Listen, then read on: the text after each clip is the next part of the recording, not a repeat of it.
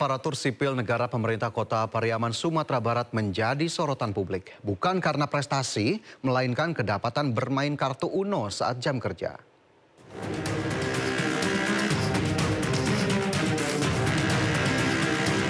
Tiga ASN wanita terlihat sedang asik bermain kartu tanpa menyadari ada kamera yang merekam aktivitasnya. Rekaman ini menyebar cepat di media sosial dan menuai kritik dari masyarakat. Banyak yang menilai para ASN tidak menunjukkan disiplin kerja dan melanggar aturan kedinasan. Dari hasil penelusuran, permainan kartu tersebut terjadi di kantor Dinas Pemberdayaan Perempuan, Anak, dan Keluarga Berencana Kota Pariaman, Sumatera Barat. Menurut PLT Kadis Pemberdayaan Perempuan, Anak, dan Keluarga Berencana Kota Pariaman, kartu yang digunakan stafnya bukan kartu remi atau kartu gaplek, namun kartu Uno. Kartu tersebut biasanya digunakan bersama permainan lainnya untuk melakukan pendekatan kepada anak-anak yang didampingi. Sebagai bentuk sanksi, ketiga oknum pegawainya telah diberikan surat teguran. Kalau tindakan yang sudah kami lakukan, kami sudah memanggil yang bersangkutan, sudah membuatkan BAP-nya, berita acara pemeriksaan, dan sudah memberikan teguran, Bang. Ika berharap kasus ini menjadi peringatan keras bagi seluruh ASN agar tetap menjaga etika dan profesionalisme, terutama saat jam kerja. Dari Pariaman, Sumatera Barat, Eka Guspriyadi, iNews melaporkan. Oknum Satpol PP di Kabupaten Lampung Timur ditangkap polisi karena melakukan penipuan. Pelaku menjanjikan korban diterima ASN dengan membayar puluhan juta rupiah.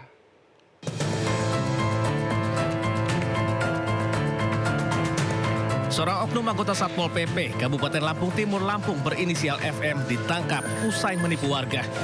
Diketahui modus pelaku dapat memasukkan korban menjadi aparatur sipil negara sebagai pegawai pemerintah dengan perjanjian kerja atau PDKK.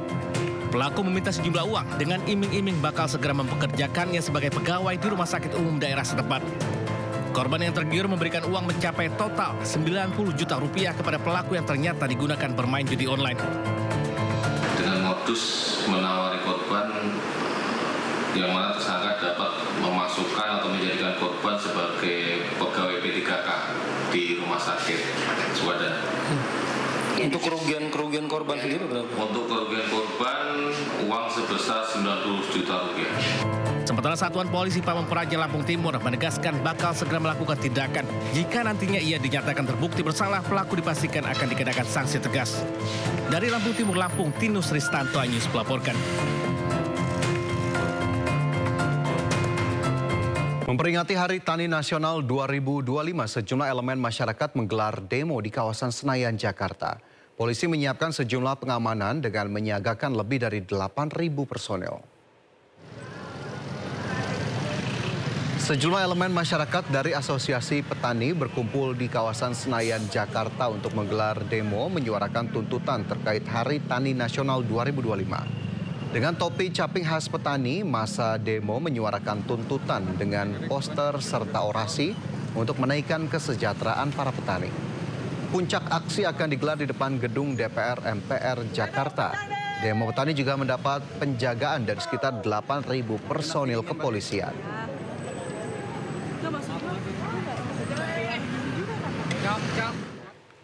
Ya, lantas pemirsa, aspirasi apa saja yang disuarakan para petani dalam aksi hari ini? Langsung saja kita sapa langsung rekan Ismalia Meidasari bersama juru kamera Seto Pretomo di depan gedung DPR MPR Jakarta. Ya, bagaimana suasana demo petani di depan DPR siang hari ini, Ismalia?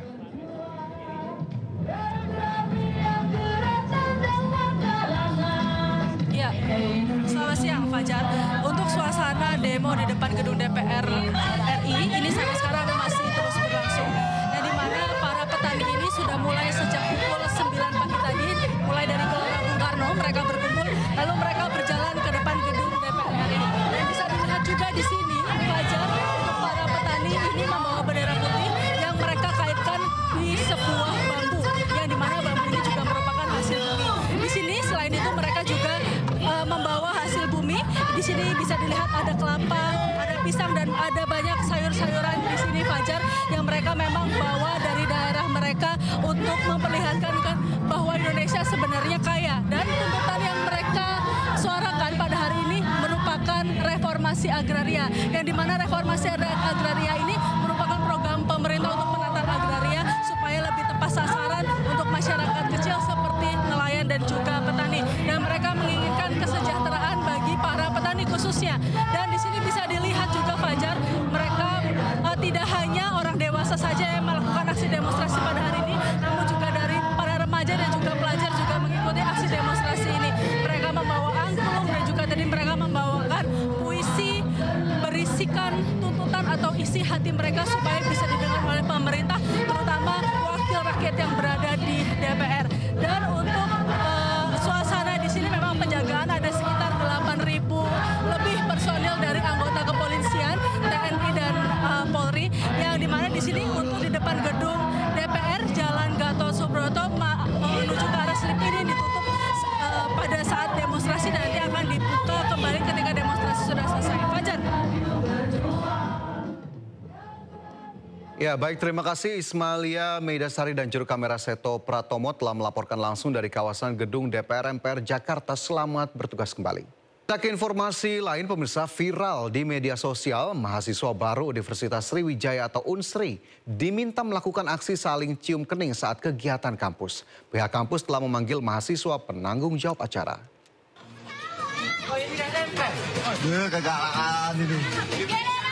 Video mahasiswa baru Universitas Sriwijaya atau Unsri diminta melakukan aksi saling cium kening saat kegiatan kampus viral di media sosial. Peristiwa terjadi pada 20 September lalu dalam rangka penyambutan mahasiswa baru yang digelar Himpunan Mahasiswa Teknologi Pertanian atau Himateta.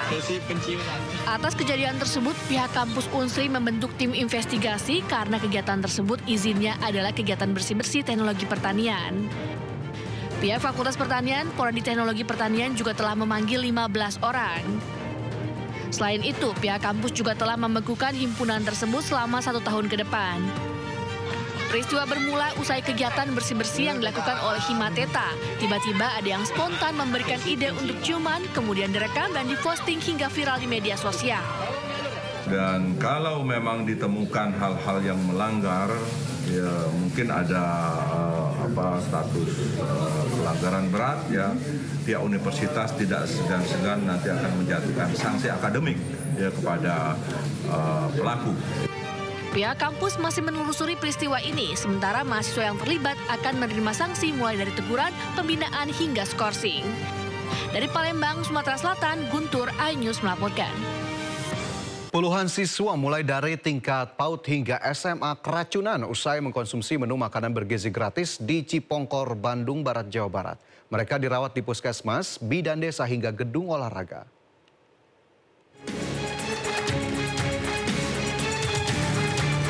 Korban keracunan massal dievakuasi ke sebuah gor di Kecamatan Cipongkor, Kabupaten Bandung Barat, Jawa Barat. Peristiwa ini terjadi setelah mereka menyantap makanan bergizi gratis atau MBG di sekolah. Rata-rata mereka mengalami gejala seperti sesak nafas, mual, dan pusing. Para korban merupakan siswa dari berbagai tingkatan pendidikan mulai dari PAUD hingga SMA sederajat. Selain di gor kantor kecamatan, mereka dirawat di puskesmas, bidan desa, dan sebagian dirujuk ke RSUD Cililin. Tercatat ada 75 siswa yang jadi korban keracunan. Hampir semua pada ngerasain gejalanya gitu. Jadi kelihatannya dari itunya sudah lendirian atau gimana ayamnya itu? Ayamnya anyir. Sudah anyir ya? Ya, nasinya gitu juga, sama selada yang lain, tomat juga udah kayak pada. Hingga Senin malam jumlah korban terus bertambah. Tenaga medis dari sejumlah puskesmas terdekat pun dikerahkan untuk merawat para korban. Dari Bandung Barat, Jawa Barat, Yono iNews melaporkan. Ya, pemirsa, insiden tak mengenakan terkait menu makan bergizi gratis kembali terjadi. Makanan yang disuguhkan para siswa sekolah dasar di Bangkalan, Jawa Timur ditemukan ulat dan belatung. Tanggal 23 September 2025. Beginilah kondisi menu MBG yang diterima para siswa SDN Bumi Anyar 1, Kecamatan Tanjung Bumi, Kabupaten Bangkalan. Terlihat jelas pada nasi yang disajikan ada belatung yang masih dalam kondisi hidup.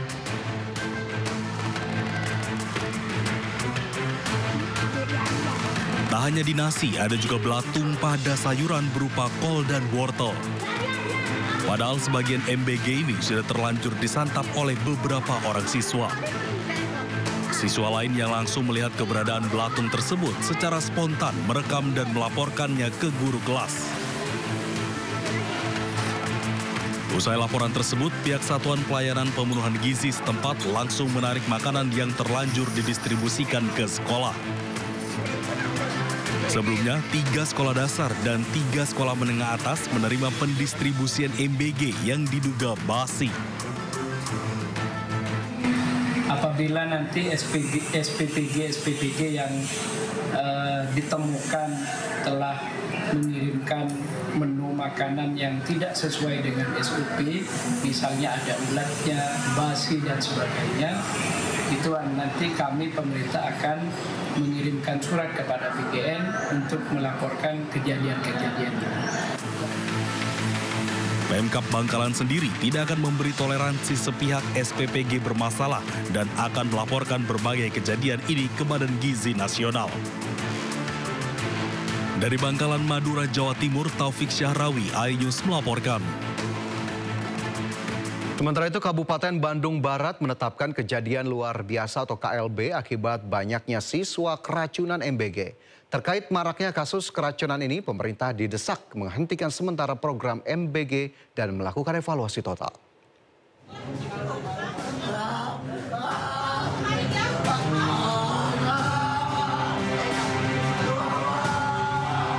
362 siswa di Kecamatan Cipongkor, Bandung Barat masih dirawat di sejumlah rumah sakit.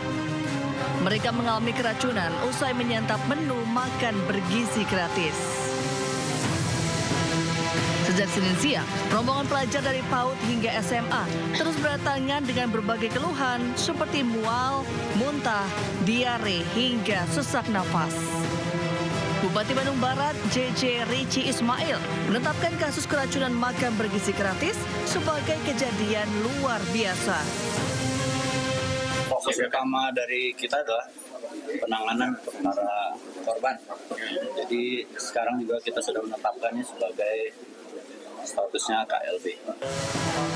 Kasus keracunan terjadi akibat tidak adanya persiapan yang matang dari mulai regulasi, keamanan pangan, perhitungan gizi dan nutrisi, hingga lemahnya monitoring dan evaluasi.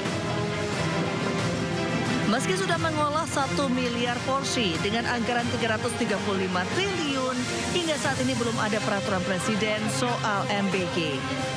Absennya Perpres ini menjadi penyebab tidak adanya payung hukum hingga petunjuk teknis pelaksanaan MBG. Program makan bergizi gratis ini belum mempunyai Perpres yang sampai hari ini masih ditunggu. Kenapa perlu Perpres? Karena butuh petunjuk-petunjuk atau aturan-aturan yang nantinya harus ditranslasikan ke dalam petunjuk teknis. Dengan tingginya jumlah kasus, CISD mendesak pemerintah segera menghentikan sementara pelaksanaan MBG untuk dilakukan evaluasi total. Sudah saatnya program MBG ini dihentikan sementara, melakukan evaluasi dampak sehingga semua kekurangan-kekurangan yang dapat diperbaiki ini bisa diperbaiki, diulang kembali prosesnya, dan baru kemudian diputuskan melalui sebuah evaluasi. Menanggapi berulangnya kasus keracunan MBG, Kepala Badan Gizi Nasional Dadan Hidayana mengatakan Presiden Prabowo akan duduk satu meja dengan seluruh mitra Satuan Pemenuhan Gizi Nasional sebagai pengelola MBG. Sepulang dari New York, Pak Presiden ingin bertemu dengan seluruh mitra yang sudah operasional. Nah, Pak Presiden ingin berbicara kepada seluruh mitra agar melaksanakan program makan bergizi dengan seksama, dengan memanfaatkan, mengoptimalkan dana yang ada.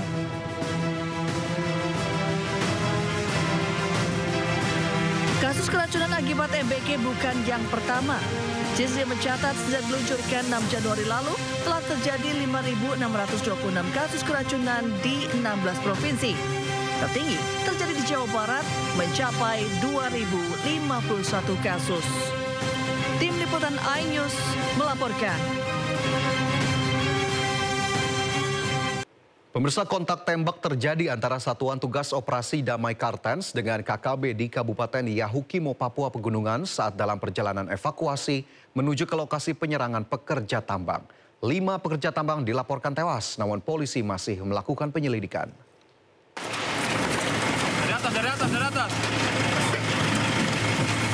Tim Damai Kartens harus menghentikan perjalanannya lantaran diserang KKB saat menuju lokasi penyerangan terhadap pekerja tambang di Jalan Poros Kampung Bingki, Distrik Seradala, Kabupaten Yahukimo. Akibat kontak tembak, evakuasi yang direncanakan terpaksa ditunda. Sementara itu, hujan deras yang mengguyur wilayah Yahukimo sejak pagi juga menghambat proses evakuasi. Wakasatgas Humas Ops Damai Kartens, Kompol Yusuf Tauziri menyebutkan, informasi sementara yang diterima, korban penambang berjumlah 5 orang. Namun hal ini masih memerlukan konfirmasi lebih lanjut.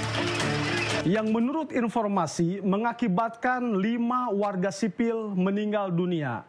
Korban merupakan pekerja tambang.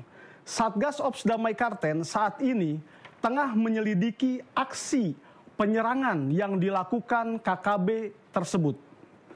Saat ini tim masih kesulitan mencapai TKP karena adanya gangguan kontak tembak dan kondisi cuaca yang buruk, sehingga evakuasi jenazah sementara ditunda. Pihak Satgas Damai Kartens kini masih selidiki jumlah pasti data para korban. Tim Liputan iNews melaporkan.